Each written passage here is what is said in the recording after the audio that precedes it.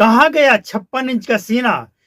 जम्मू कश्मीर में बहुत शांति थी 370 हटने के बाद, कहाँ गया शांति? क्यों फैली है अशांति? ऐसा ही कुछ चल रहा है। इन दोगले जो इस समय खामोश हैं, सेकुलर वाले, उनके अंदर कुछ ऐसा ही चल रहा है। सच्चाई ये है कि ऐसे लोग, सेकुलर पार्टी जो कहे जाने वाले हैं, ऐसे ही मौका के तलाश में रहते हैं, कब मौका मिले कि 56 इंच सीने पे सवाल उठाएं।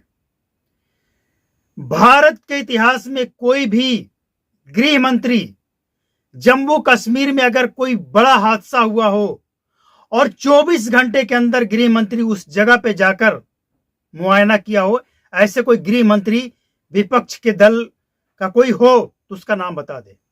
अगर कोई है तो नाम बता दे। आपको याद है ना कांग्रेस का शिंदे, इन्होंने सवाल उठाया था अपनी ही सरकार के ऊपर कि जम्मू कश्मीर में जाने से डर लगता था और लाल किले के ऊपर झंडा फहराना, लाल किले के ऊपर तिरंगा फहराना तो बहुत दूर की बात है। लेकिन वही शिंदे कहते हैं कि आज वहां जाने में कोई डर नहीं लगता है। मतलब साफ है, ये जो कुछ भी हुआ है, ये कह सकते हैं आप कि एनडीए सरकार की फेलियर है। आखिर आपका एजेंसी, आपके जो गुप्तचर हैं, वो क्या कर रहे थे? कह सकते हैं आप। जब गलती हुई है तो उसे स्वीकार करना पड़ेगा। लेकिन इस बात को मत भूलो कि इस देश में गद्दार छिपे हुए हैं और उन गद्दारों पर अगर भरोसा करेंगे तो धोखा तो खाएंगे। ये पुलवामा में जो कुछ भी हुआ है, इसमें कहीं ना कहीं लोकल व्यक्ति जो गद्दार के रूप में है वो मिला हुआ है। लेकिन चिंता मत करो, सब कुछ सामने आएगा। और एक बात और, जो इस बात का इंतजार कर रहा है ना कि अब क्या करने वाले हैं मोदी, विदेश यात्रा रद्द करके भारत लौटे हैं। भारत के अंदर जो उनका प्रोग्राम था उसे भी कैंसिल कर दिया गया है। मीटिंग के ऊपर मीटिंग हो रहा है। क्या कुछ होने वाला है? चिंता मत करो, होगा। और वो होने वाला है कि भारत का नागरिक गर्व करेगा, भारत का हर नागरिक गर्व करेगा कि भारत का गृह मंत्री और प्रधानमंत्री अगर हो तो ऐसा हो। लेकिन एक कहावत है अपने यहां कि बारिश आग लगे तब तुरंत हो जाए, ये जरूरी नहीं है।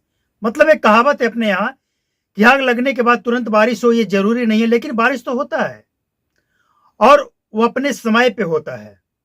तो भारत सरकार पाकिस्तान के साथ क्या करने वाला है ये वक्त बताएगा।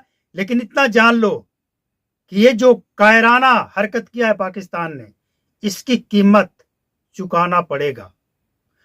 और आने वाले वक्त में आप देखेंगे कि पाकिस्तान का एक शहर नस्ता नाबूद हो गया।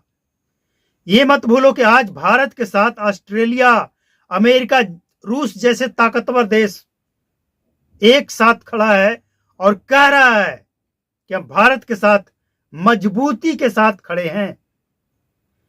कभी भी भारत के साथ दुनिया का ये ताकतवर देश इतनी मजबूती से खड़ा होने का दुहाई नहीं दिया है, बोला नहीं कभी, मतलब ही नहीं होता था कभी। लेकिन आज सोशल मीडिया का जमाना है और सोशल मीडिया के माध्यम से ये कहा जा रहा है कि आज भारत के साथ अमेरिका, रूस, ऑस्ट्रेलिया और तमाम बड़े देश भारत के साथ मजबूती के साथ खड़ा है। लेकिन हमें इससे मतलब नहीं है। हमें मतलब इससे है कि भारत सरकार का अगला कदम क्या होगा, भारतीयों को सुरक्षा कैसे मिले, आखिर ये चूक हुई तो कैसे हुई। लेकिन एक सवाल और उठता है कि जो पर्यटक, जो सैलानी अपने परिवार का पैसा बचत करके घूमने गए, निहत्थे, जिसके पास एक चाकू नहीं है, ऐसे लोगों को चुन चुन कर, जाति और धर्म पूछ पूछ कर अगर कोई हत्या करता है, ये हत्या नहीं है, ये शहीद है। ये जितने भी नागरिकों की जान लिया गया है, ये हमारे नजर में और पूरे देश के नजर में ये शहीद है। और अगर ऐसे जान लेने वाले को ये कहा जाए कि इनकी कोई जात और धर्म नहीं होती है, तो हम समझते हैं कि ये जो कुछ भी हुआ है इसका अपमान है। क्यों हमेशा एक धर्म के लोग ही इसमें पाए जाते हैं? और समझिए, धर्म पूछकर गोली चलाना।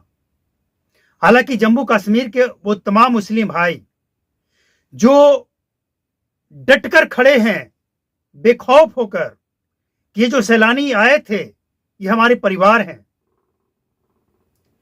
ये इनके जब आने से हमारे परिवार चलता है तो हमारे परिवार हैं ये, और इस तरह की हरकतों को हम बर्दाश्त नहीं करेंगे।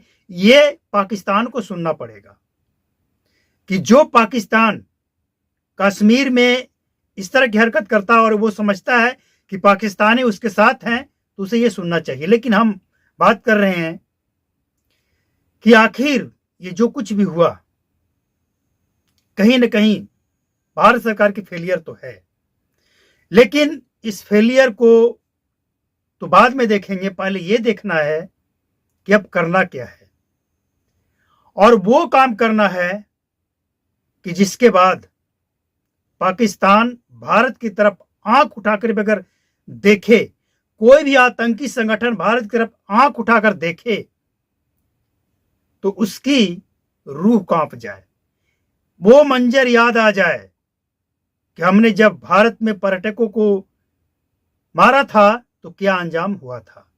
बस